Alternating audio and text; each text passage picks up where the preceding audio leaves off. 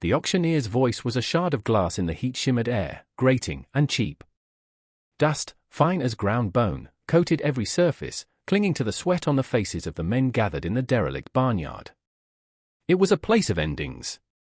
Elara stood at the back, a statue carved from shadow and grief, the black of her dress drinking the relentless sun. For 5 years, since the fever took David and the babe that followed him, her world had been this same oppressive silence, this same bleached-out landscape of loss. She came to these wretched affairs not to buy, but to watch things break, to see other lives dismantled. It was a bitter communion. Today, they brought out the last of the Miller stock. Not cattle or horses, but people. 3 sisters, their hands bound loosely before them, were led onto the splintered block. The crowd shifted, a low murmur of pity and disdain. They were burdens. Anya, the eldest, held her chin high, a fragile fortress of defiance. Lena, her eyes wide with a terror that seemed too large for her slight frame, stood so close to Anya she was nearly hidden. And Sophia, the youngest, stared at her own swollen belly as if it were a strange and terrible planet she had been forced to inhabit. All 3 were pregnant. Liabilities, the auctioneer spat, waving a dismissive hand. Indentured, but their time is near. The late Miller's poor planning is your potential gain, or your folly, he grinned, revealing teeth the color of old corn. Who'll start the bidding for this fertile lot? Silence answered him. It was a heavy, suffocating thing. The men looked away, shuffling their feet. Who would take on 3 women, 3 mouths to feed, soon to be 6? They were seen not as mothers, but as monuments to a poor investment. A horse with a lame leg held more value. Elara felt a familiar, cold ache in her womb, a phantom hollowness that had been her constant companion. She saw not liabilities, but a reflection of her own stolen future. The life she and David had planned, the children they would have raised on their small homestead, all of it turned to dust, just like the ground beneath her worn boots. A slick, oily voice cut through the stillness. $10. Silas Croft stepped forward, his shadow falling long and predatory across the sisters.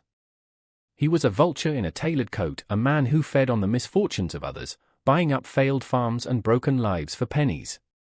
A cruel smile played on his lips as he looked at the women, his gaze lingering on their rounded forms with an owner's appraisal. He wasn't buying mothers, he was buying stock.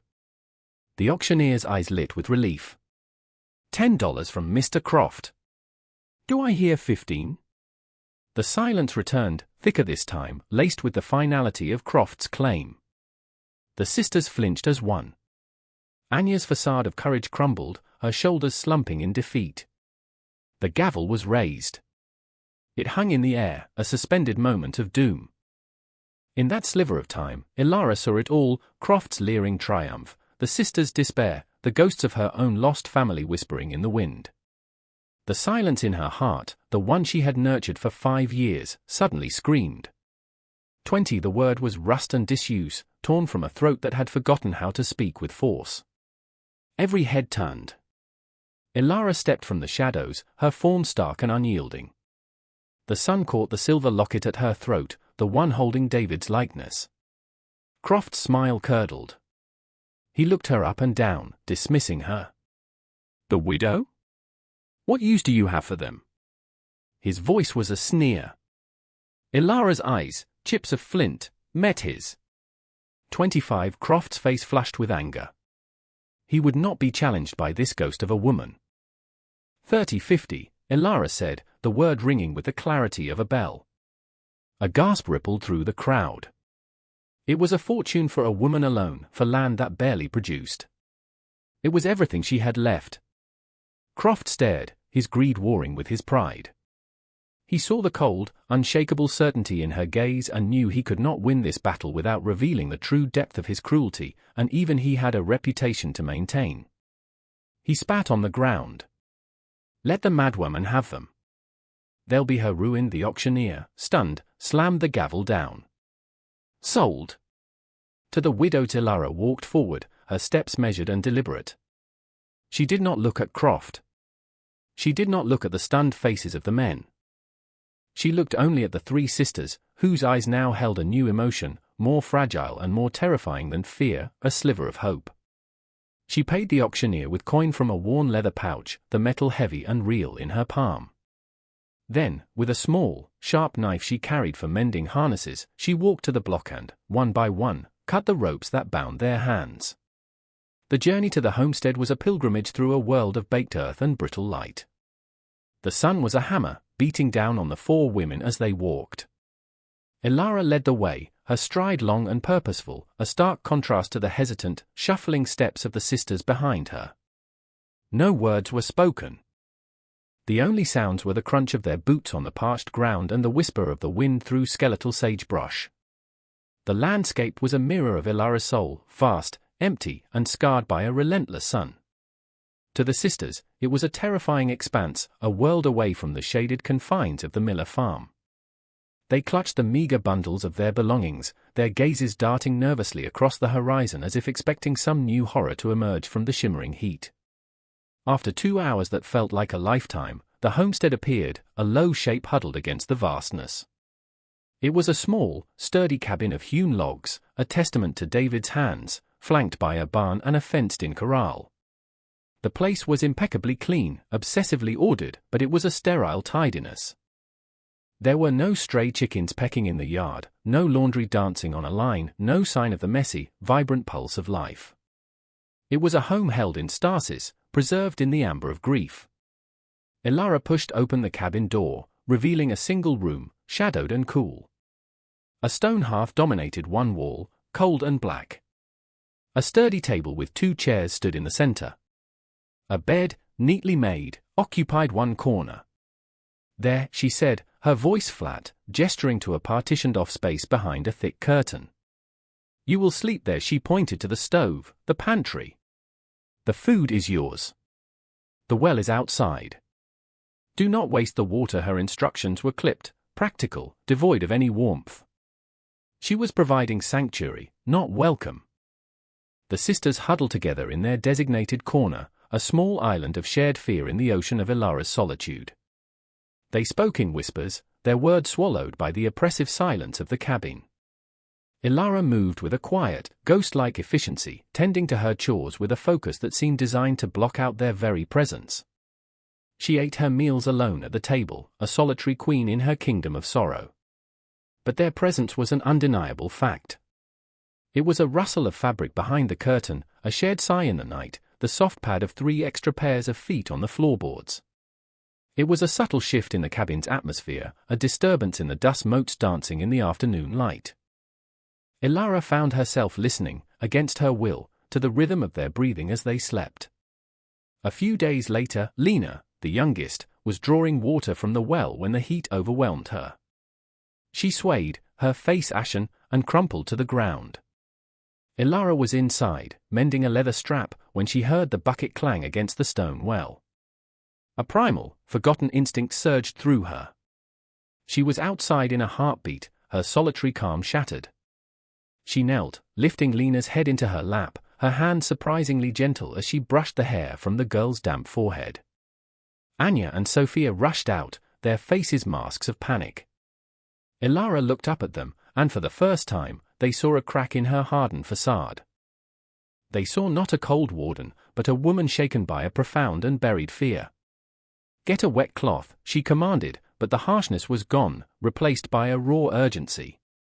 Quickly, as Anya pressed the cool cloth to her sister's face, Elara held Lena, a fragile weight in her arms, and felt the tremors of a life that was not her own, a vulnerability she had paid a fortune to protect. The silence of her world had been broken, not by a word, but by a near-fall, a shared moment of terror that bound the 4 of them together in the unforgiving sun. Life on the homestead began to find a new, fragile rhythm. The silence that had once been Elara's shield slowly receded, replaced by the quiet industry of 4 women working toward a common survival. The sisters, sensing the shift that had occurred by the well, began to emerge from their shell of fear.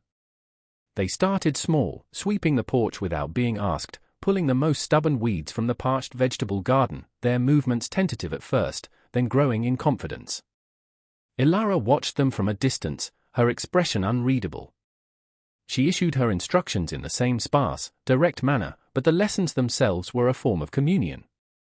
She showed Anya how to properly sight down the barrel of the old rifle, her hand briefly covering the younger woman's to adjust her grip. She taught Sophia which desert herbs were safe for tea and which were poison, their fingers brushing as they sorted through the dried leaves.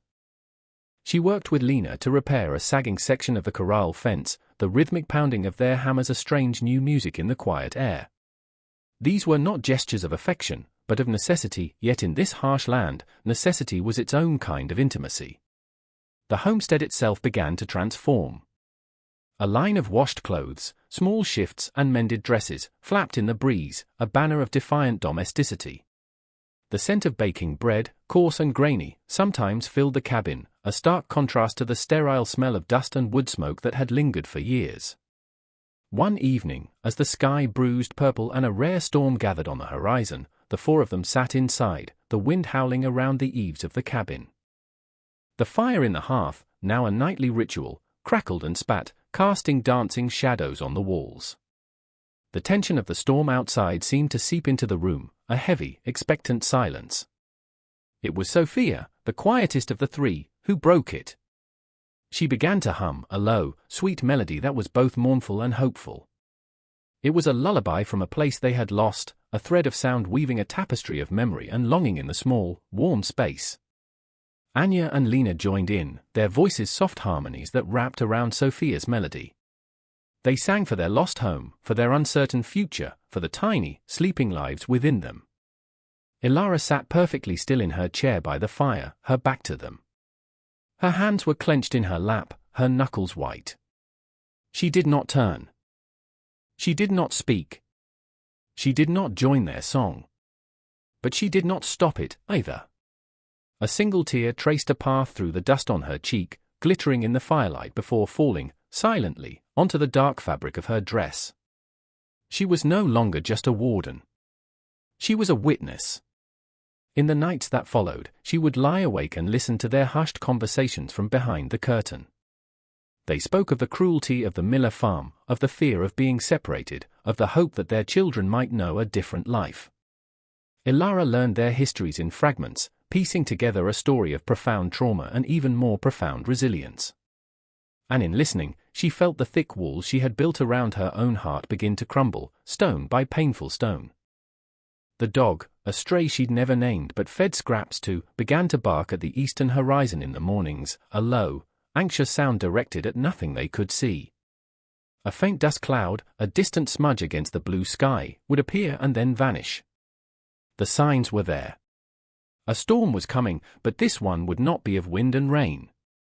The day Silas Croft arrived, the air was still and heavy, holding its breath. The nameless dog, usually silent, let out a single, sharp bark before slinking under the porch, whining. Ilara was splitting firewood, the rhythmic thud of the axe a measure of her newfound peace. She paused, her head tilted, listening.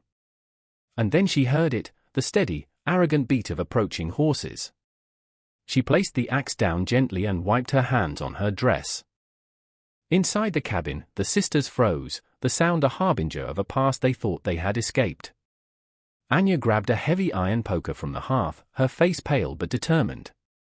Lena and Sophia huddled together, their hands protectively on their bellies. Ilara stepped onto the porch, her small frame silhouetted against the dark interior of the cabin. She waited. Croft reined in his horse a few yards from the house, flanked by two hard-faced men whose hands rested near the pistols on their hips. He surveyed the homestead, a look of contemptuous amusement on his face. The clothesline, the tended garden, it was all an affront to his sense of order. "Widow," he called out, his voice slick with false courtesy. "I've come to correct a mistake." Ilara remained silent, her stillness a challenge. Her eyes were fixed on him, 2 points of cold, hard light. "A woman's bid at a scrapper's auction holds no legal weight," he lied smoothly. "I had a prior claim on their indenture, a debt owed to me by the late Miller. These girls, and what they carry, are my property." He said the word property with a smug finality, as if it were an undeniable law of nature. Ilara's voice, when it came, was dangerously quiet. "They are not for sale," Croft chuckled, a dry, rasping sound. "Everything has a price, old woman. Now, send them out." We can do this peacefully, or we can do it my way. He nodded to his men, a silent command. One of them dismounted, his boots crunching on the dry earth as he started toward the porch. He was halfway there when Elara disappeared into the cabin. She re-emerged a moment later, and she was no longer just a grieving widow. In her hands, she held David's rifle. She did not raise it in a panic, she held it with a familiar, practiced ease, the worn stock settled perfectly against her shoulder. The transformation was absolute. The 5 years of solitude, of fending for herself in this unforgiving land, had honed her into something Croft and his men could not possibly comprehend. They saw a woman in a black dress, they did not see the predator whose territory they had just invaded.